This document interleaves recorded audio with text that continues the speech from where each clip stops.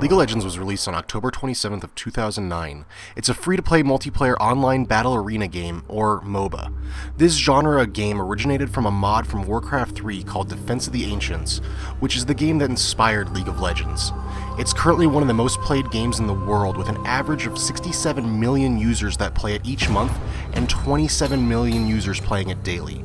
League of Legends was developed and published by Riot Games, and this is also the only game that Riot Games has ever developed or published. League of Legends has a massive competitive scene and following, with a grand prize for the World Championships of 2013 hitting $1 million.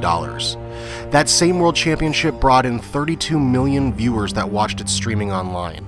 League of Legends is typically at the top of the charts for Twitch, with tens of thousands of viewers watching the game daily. The game has really no plot outside of the game's lore, but if you're sitting around reading that stuff, you might have too much free time. The game is pretty much entirely gameplay-centric. The gameplay at first glance appears to be very similar to an RTS, however, this really isn't the case at all. Only the viewpoint is the same. The rest of the game's mechanics are really quite different. No matter which mode you're playing, there's one goal for every game: to destroy the other team's nexus, which is basically a giant crystal that's located in their respective base. This is done by eliminating guard towers on a lane on the way into the enemy base. A lane is a pathway between the base that are littered with guard towers that need to be destroyed. The game varies slightly beyond that, depending on which mode you're playing. The four modes that are around year-round are Summoner's Rift, a 5 vs 5 map which takes place in a map with 3 lanes, Twisted Treeline, a 2-laned map with 3 vs 3, and lastly, ARAM, a 5 vs 5 mode with a single lane that randomly selects champions that everyone will use. ARAM is also the only mode where you cannot return to the base between deaths. There's also a domination mode where you can capture 5 different points on the map. Typically, the most played mode is Summoner's Rift, and occasionally for holidays for fun they'll add extra modes to the game with different rule sets.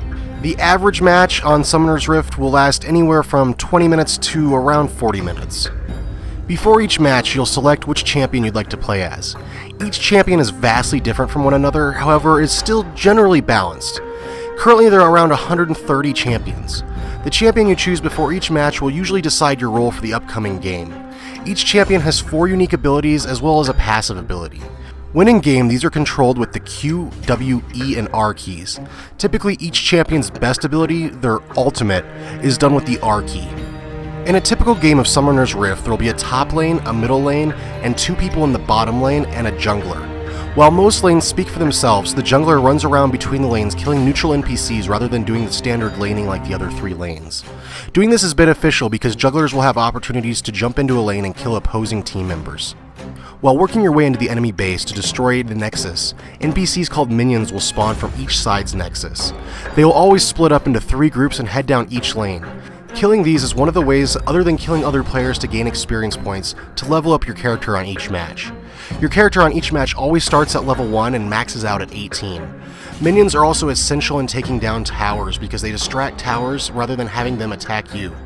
Once you've pushed a lane into their base, you're able to take out structures called inhibitors, which allow you to spawn super minions, which are minions that are much more powerful. These are usually only seen near the end of the game, however. Unlike towers though, inhibitors can respawn. There's several things that affect the game that are customizable outside of the game. As you play, your summoner level increases with experience points earned at the end of each battle. With each level, you unlock a new slot in your runebook that allows you to put modifiers on your champions.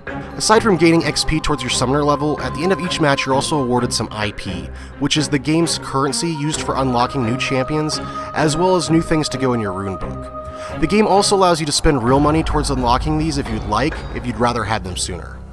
The gameplay in League of Legends is incredibly complex due to the differences between each champion and the strategies you need to use in order to win the game.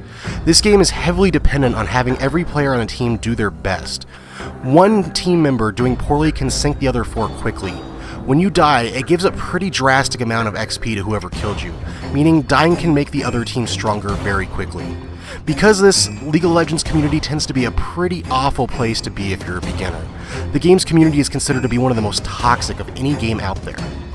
Graphically, League of Legends only looks okay. It's good enough to get the job done, however the game was made so it could run on anything from a liquid-cooled dual video card PC to a gasoline-powered computer that uses punch cards for input. So if you have a computer that was made in the last 10 years, there's a decent chance it'll run. The game's audio is pretty much non-existent. This is the kind of game where you're better off just throwing on your own music or a podcast while you play. I find that upbeat EDM or power metal tend to work best when playing this game. Overall, League of Legends is a pretty fun game, however it does have an extremely sharp learning curve. In order to get good at it, you need to play a lot of games and learn what each champion can do for their attacks. The game is also free to play with a fairly well implemented pay-to-play system for unlocking new champions and skins that doesn't force you to spend money on it if you don't want to. Unfortunately, the community here can be extremely harsh on beginners, which may drive some players away. However, if you're able to play with your friends, the game can be quite rewarding and fun once you get the hang of it.